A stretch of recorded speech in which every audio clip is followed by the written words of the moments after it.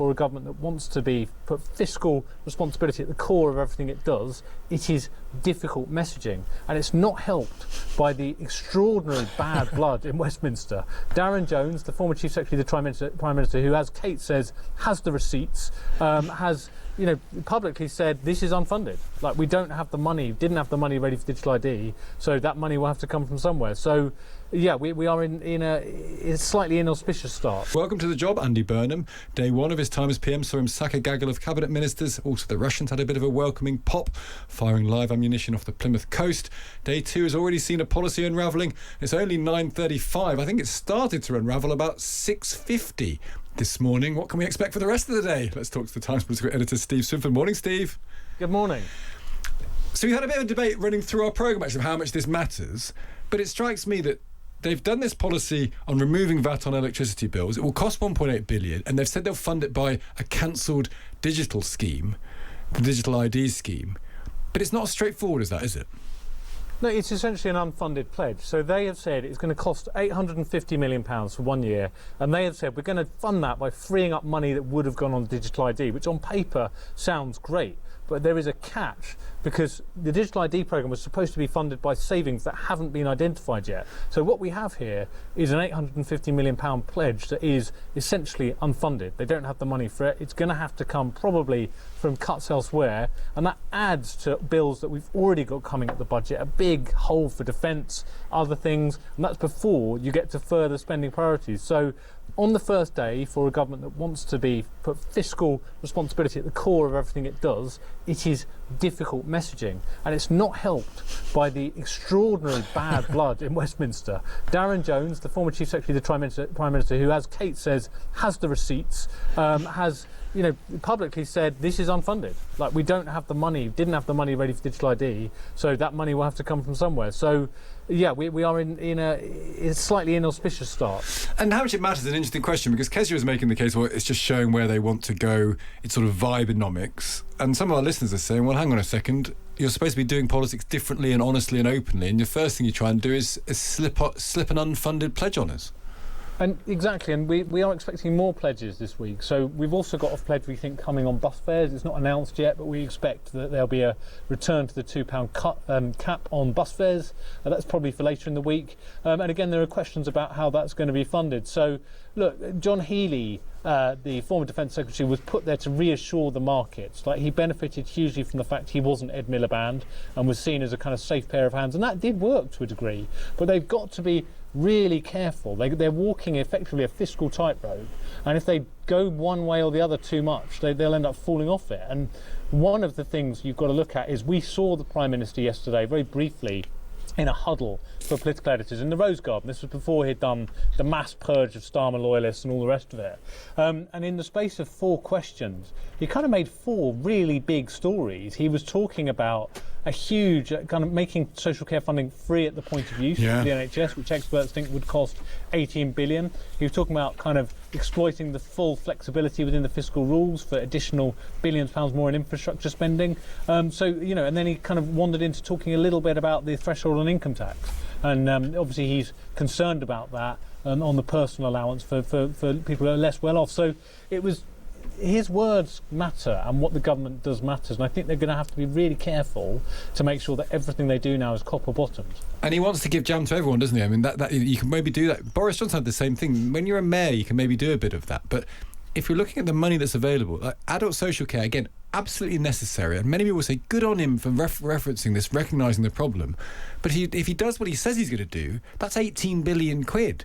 If they do what they say they're going to do on defence, that's getting to 3% by the end of this parliament, get to 3.5% in 2035. That's billions and billions and billions of pounds they've got to find from somewhere.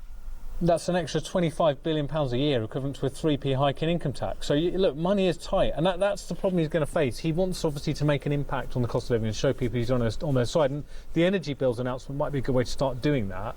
But there are fundamental economic issues with Britain that are going to need addressing, and all roads point to that budget later this year, which should probably be in October, November time, which is going to be a really seminal budget. where they're going to probably have to raise some taxes to pay for all of these things, because you've also got a commitment from John Healey there yesterday to have a kind of fiscal buffer, so to keep the headroom essentially. So they're going to need a little bit of spare money to cushion against future financial events as well.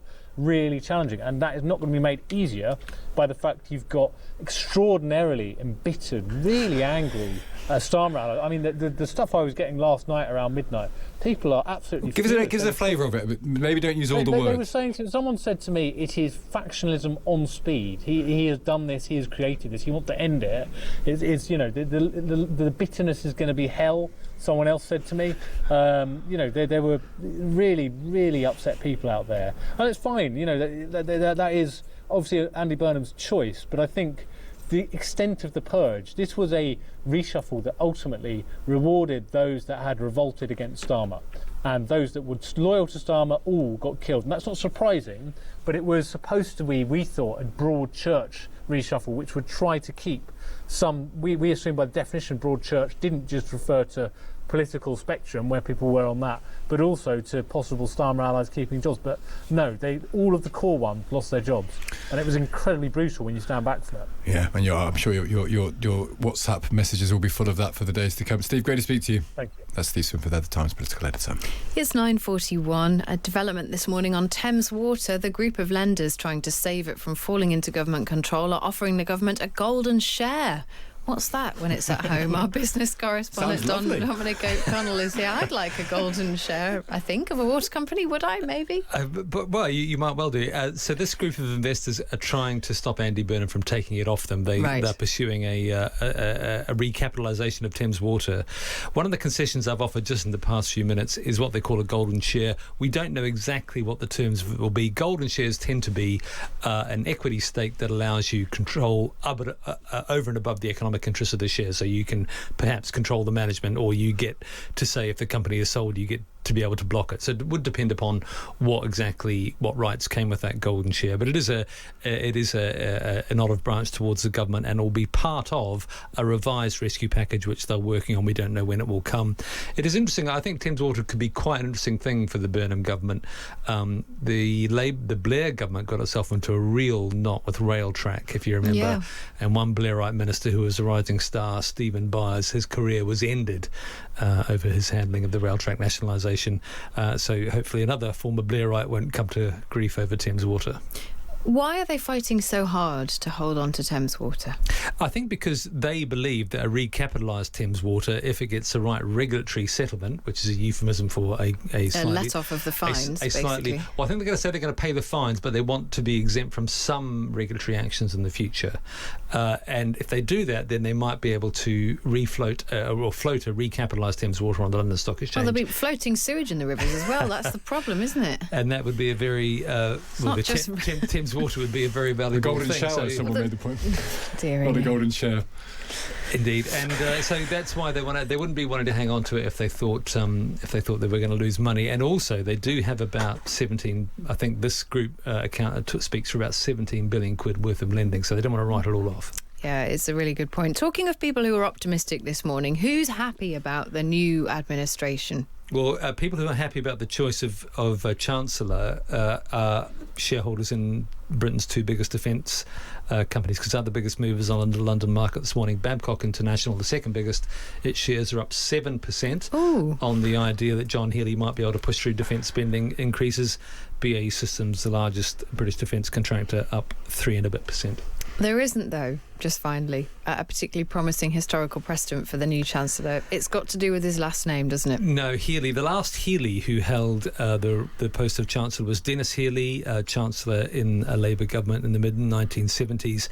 There was a currency crisis, a balance of trade, balance of payments crisis as well, and he had to go to the International Monetary Fund in Washington. This is how he sold it to the Labour Party conference. I'm going to negotiate with the IMF on the basis of our existing policies, not changes in policies. And I need your support to do it. In the end, actually, it didn't work out too badly for Dennis Healey. The UK in the end only drew about half of the emergency IMF loan, and as things happened, something came along and the UK economy picked up and it was okay. But hopefully the new Healey does not have to do the same. I'm sure he'll be keeping his fingers crossed. Dom, thank you very much. That is Dominic O'Connell, our business correspondent.